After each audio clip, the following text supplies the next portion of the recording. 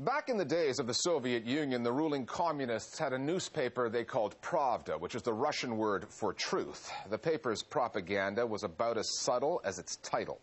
Since then, times, political systems, and ideologies have changed. But in 2005, when the Kremlin was getting back into the news business, it created Russia Today, RT, as it's now known.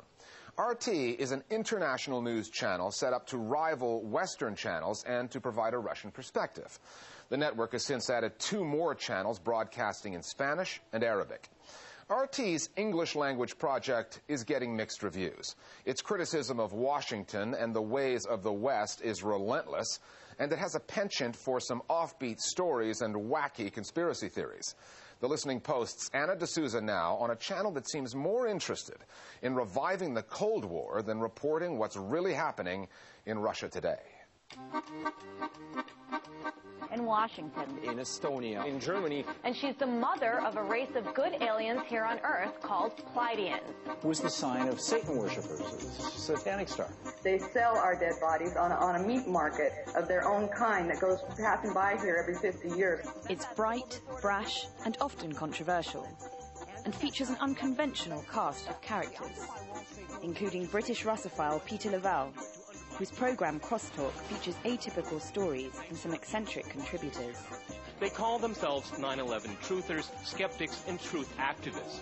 And then there's Russian-born, American-educated Alyona Minkovsky, the 26-year-old host of The Alyona Show, who's more than happy to pick a fight. Glenn Beck, that doughboy nut job from Fox News.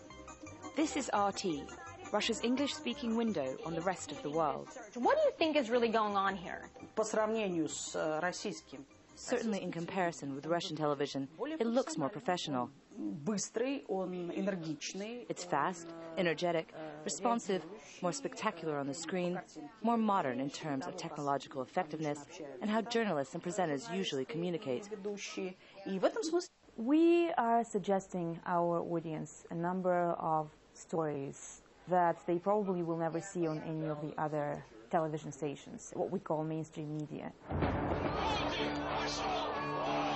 In December, RT says it was the first Russian channel to start broadcasting on the biggest anti-government protests since the end of the Soviet Union, when it provided the most comprehensive coverage, though the bar on that was set pretty low. We had a large team out on the street, 30 people, several correspondents, a lot of cameramen. We really tried our best to encapsulate what was going on. So what? They couldn't not show it, because all the Western channels showed it as well. If BBC shows it, if Euronews shows it, if CNN shows it, where is Russia Today? When there are so many people on the street, I believe it had to show them. In fact, RT's coverage seemed to play down the significance of the protests. Pro-United Russia rallies, one organised by Nashi. Focusing heavily on the pro-government demonstrations that appeared in response. Compare that with RT's exhaustive reporting on last year's riots in London. The events that are coming through seem to be getting from bad to worse. And the Occupy movement that swept the US. Now grown into a nationwide rally engulfing a growing number of U.S. cities every day. We have to give them credit for that. But they have a very outdated ideological perspective on things, on their reporting. Whenever somebody says, okay, people are protesting in Russia, something must be wrong, Russia Today immediately answers, no, look, it's even worse in America. Police brutality, angry protesters. We've gotten used to seeing this during the Arab Spring, but now New York. I think one of Russia Today's big strengths is the West is in a mess. There's no doubt about it. They love any sign of protest and systemic weakness in the West is great for them. The whole of central London around Westminster and the Houses of Parliament has been closed off to traffic. The core of Russia Today is anti-Westernism. It's a paradox. They're broadcasting to the West. They're trying to portray Russia in good terms to the West, but it's actually the whiff or the stench of anti-Westernism pervades almost everything they do. America sets itself up as a bastion of democracy and fairness, and yet during the Occupy Wall Street demonstration the police came down incredibly hard and very violently on what was essentially a peaceful demonstration, whereas Russia, doesn't set itself up to preach to the rest of the world about that. But perhaps that's where RT comes in. Emerging in 2005, around the same time as Iran's Press TV, Qatar's Al Jazeera English, and France 24, all of which sought to provide English-language news content to the world, but from a very different perspective. Of course, there's another possible interpretation. In the 1990s, after the collapse of the Soviet Union, journalism briefly flourished in Russia. But under Vladimir Putin, freedom of the press was stifled, as Kremlin-approved oligarchs bought up media outlets one after another. And none of those channels, including RT, is about to bite the hand that feeds them. You don't see any real reporting about the war in southern Russia and the northern Caucasus, and you don't see anything about the Russian security services. You don't see any speculation about how much money Vladimir Putin has. You need to go somewhere else if you want to learn about what's really going on in Russia. After a healthy workout, why not drop by for a haircut or a spa procedure? You get these kind of silly stories about pets that can talk and just ludicrous sort of feel-good stories, while turning a complete blind eye to, I would say, the rather more serious problems such as lack of democracy, rule of law, collapsing infrastructure and the rest of it in Russia itself. The politics behind RT are encapsulated by the actions of its editor-in-chief, Margarita Simonian, who was just 25 years old when she was appointed. These most recent protests, I looked at her Twitter feed and she was tweeting about the pro-democracy protesters, "I hope they burn in hell," which is not what you expect from someone who runs a kind of supposedly impartial and fair news service. It's more the kind of thing you expect from an old-fashioned Soviet apparatchik.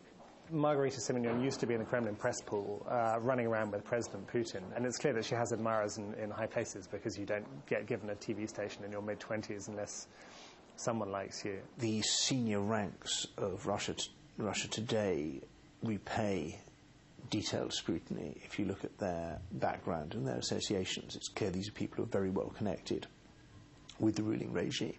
In theory, Russia Today would claim it's independent, and I know some of the journalists there who genuinely think they're working for an independent television channel. It's just they so completely agree with the Kremlin's worldview that they think this is natural. I don't think that the audience and people in general are so stupid that when they see propaganda they can't tell it from a relevant and an objective source of information.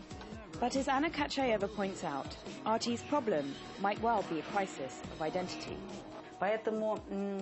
Russia Today does not really understand what they are, whether they're just an overseas broadcaster or whether they broadcast something globally Russian to the whole world. We'll continue to do what we do. We think we do it well. I think RT is emblematic of the failure of the Kremlin really to understand how the West works and how the Western media works. What they've done, it's the way the Kremlin solves most problems, is they just fling money at it. So RT is now everywhere. But it's not really doing them any good, I think, because it's very hard to take this channel seriously. What's that? We are the mainstream media?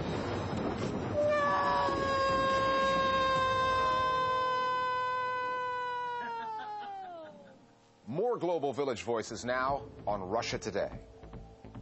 We should look at RT in a greater context. Its primary objective is to enhance Russia's public diplomacy. To do that, RT has ventured to counter Western media hegemony and cover major news stories from a Russian perspective. So, if we look at the media environment as a field of contestation, RT certainly adds a voice. However, by itself, it cannot be seen as impartial or objective. Russia Today, as I see it, focuses primarily on news from the United States and the West, and it has a pretty clear agenda about how to cover this news. I like the fact that we have an alternative source of information and a different view on what's going on in the West and the United States, but I would also expect that a channel that called Russia Today would provide more information about Russia today.